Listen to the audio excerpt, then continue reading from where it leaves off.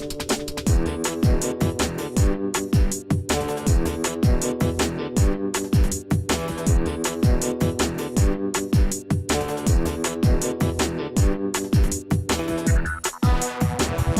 mission here at Whirlpool Corporation is to have every product we sell in every home, everywhere, with pride, passion, and performance. Collaborative Networks allows us to work with our demand customers, with our suppliers, and with all of those people who touch our products to make sure that that end consumer has the absolute best experience with a Whirlpool Corporation product. Obviously, we are completely linked with our trade customers. They have the responsibility to really take our products into the marketplace. They're the ones that set up the floors that really present our customers, or the end customer, with our products. And so when you think about what we do with them, it's a critical part of the way that we look at our demand signal. Our trade customers are the ones who go out and do all of the point of purchase information. They're the ones who close the sale. We have about 60% of our customers who actually go online to look for information, but in the end, most of them go into a retail outlet, and that's where they close the sale. So it's essential that we understand how they do business and how our networks can help them be successful. I think that the customer has changed in that the end customer is much more demanding. They have a lot more choices, and they have a lot better information than they've ever had before.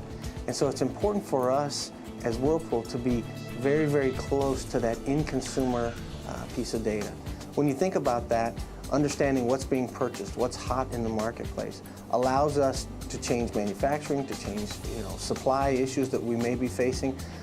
But it's so important that we collaboratively look at what types of products are we going to sell, what's on the floor, what's being promoted.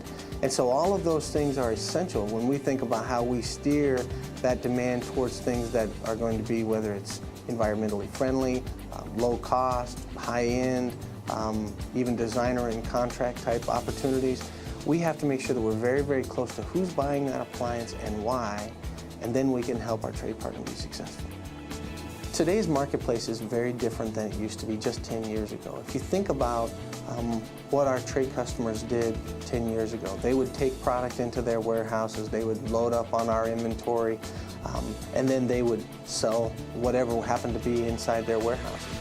In today's environment, customers are much more attuned to what's going on in the marketplace. They have much better information than they've ever had in the past, and they go out really looking for specific types of products.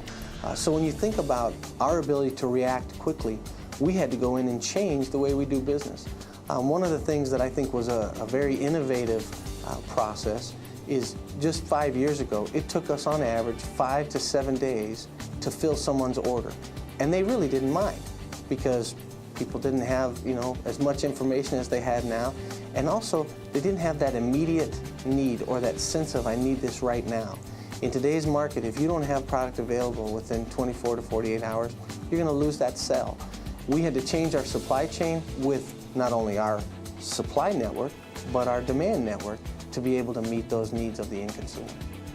When you think about innovation, innovation is essential in any business where you're touching the end consumer. You think about the major innovations that you could see. They could happen in any type of way. We could receive that information from customer feedback, maybe an engineering breakthrough or a cost breakthrough.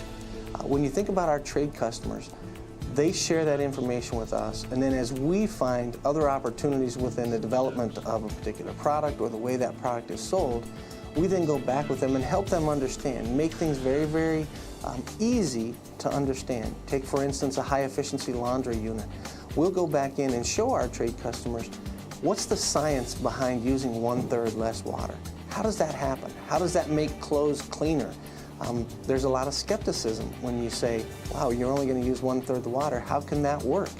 So helping our trade customers understand that in a very clear and concise way, and then they can share that with the end consumer, allows not only us to have a strategic advantage in selling products that are unique and innovative in the marketplace, but also allows us to work with that trade partner and develop a deeper relationship and more of an appreciation for the innovation that you see inside the Whirlpool Corporation. My advice to executives would be collaboration does not happen overnight. In today's environment, people change jobs all the time. Trust is built over time. It's not built over 2 months, over 3 months, but it's over years where people have to work through difficult problems together, and then they come out with a better solution on the backside. What I think from an executive perspective we need to look at is how do we make sure that the right talent is in place so that we can address long-term issues, and long-term issues can be dealt with in a very quick manner. It's difficult for us to look at a consumer and say, you can't choose that because we're not prepared as a corporation. Things move so fast. So you think about long-term relationships with short-term consumer needs and wants, it's a very difficult balance. And what I would tell you is I think that takes consistency of leadership. I think it takes vision for how you're going to, always trying to be out in front of how are you going to communicate with that consumer in the future.